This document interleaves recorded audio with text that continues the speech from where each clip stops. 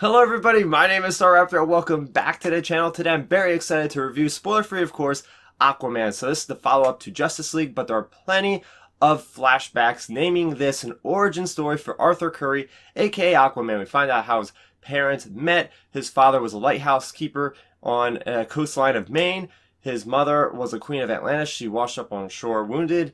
He takes care of her. Enough being said, then we have the character of Arthur being born. Next thing you know, the queen has to return to Atlantis, so we have Arthur Curry growing up on the surface world his whole life until he is pulled into this conflict now in the contemporary world where his half-brother is basically declaring war on the entire surface world. So he has to kind of put away his pride and try to unite the seven kingdoms to prevent this from happening.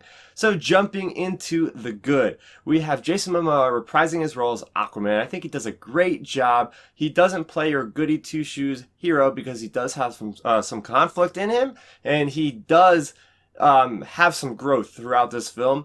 I think he pairs really well with the character of Mira. I think there's some chemistry there between the actors for sure, and it definitely, like, the character of Aquaman, he is fun. He's not super serious. I enjoyed his antics. He can seem a little boneheaded from time to time, but I think that just lightens up the story even more. His origins were fantastic, seeing how he came to be through this kind of montage of him developing his powers. I thought it was a great way of just showing, just showcasing what he is capable of. You cannot watch this movie without saying that the visuals are absolutely incredible. I mean, this is the first time that we're really actually diving into Atlantis with this kind of specificity and really going into the detail. And it's incredible seeing how these people are on seahorses, on sharks, and how they're especially having dialogue underwater. I didn't know if this was possible when they first announced the movie. How are they going to do this, right?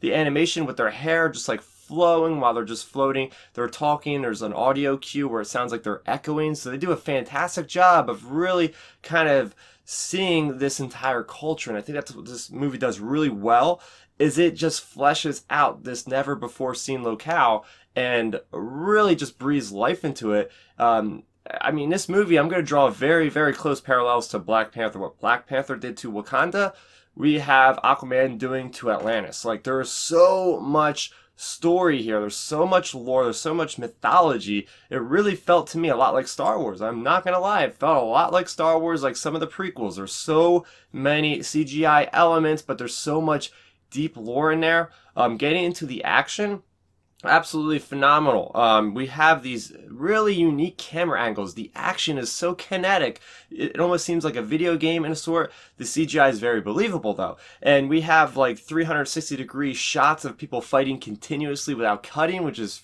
fantastic. We have parts where people are zoomed in on the camera and they zoom out and there's somebody else fighting in the foreground, like these long takes, aka like Daredevil sort of, kind of, but in cinematic quality.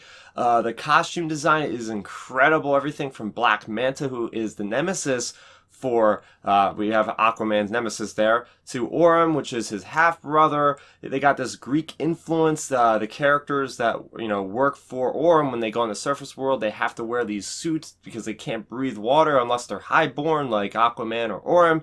Just so many things. The journey was incredible, going to see all these different people of the sea, how Atlantis came to be, just the dangers. It kind of reminded me a lot of Indiana Jones because they are going on the land at some point through deserts and stuff. So it's just a movie that really had a great tone overall. We can get a bad rap with the DC movies, at least in the beginning, where they're very, very dark. Now, this movie had a pretty good balance between both. Like, it did have some very lighthearted moments, measured by some, pretty dark stuff going on. Moving into my negatives, I will say that there wasn't much of a connection between the rest of the DCU. There was actually one line, and that was it. I was really wondering what the heck is going on with the rest of the world, because there are consequences for what is going on in this movie, and I want to know, let's say, how Batman or how Superman felt about that. Speaking about tone, there was one moment kind of in the middle of the movie, and the musical score kind of threw me off because it almost seemed like it was going into like a romantic comedy, sitcom-esque kind of thing with Arthur and Mira, and it just seemed like it was very out of place. Like, that was very uneven for me. But I mean, other than that, this movie was something I did not expect and something that I'm very, very happy that I've seen.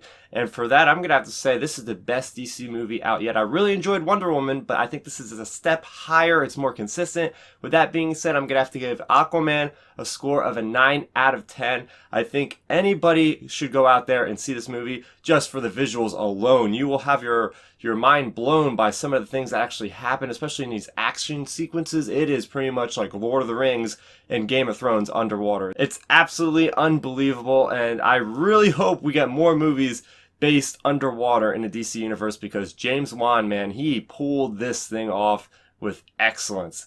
So what do you guys think of Aquaman? Let me know in the comment section below. What is your favorite DC movie so far? Let's talk about it. So if you guys are new to the channel, you can help support the channel by subscribing. That way you'll never miss another future movie review. It's a very busy time of the year for movies in December here, but I also talk a lot about Star Wars and video games like Sea of Thieves.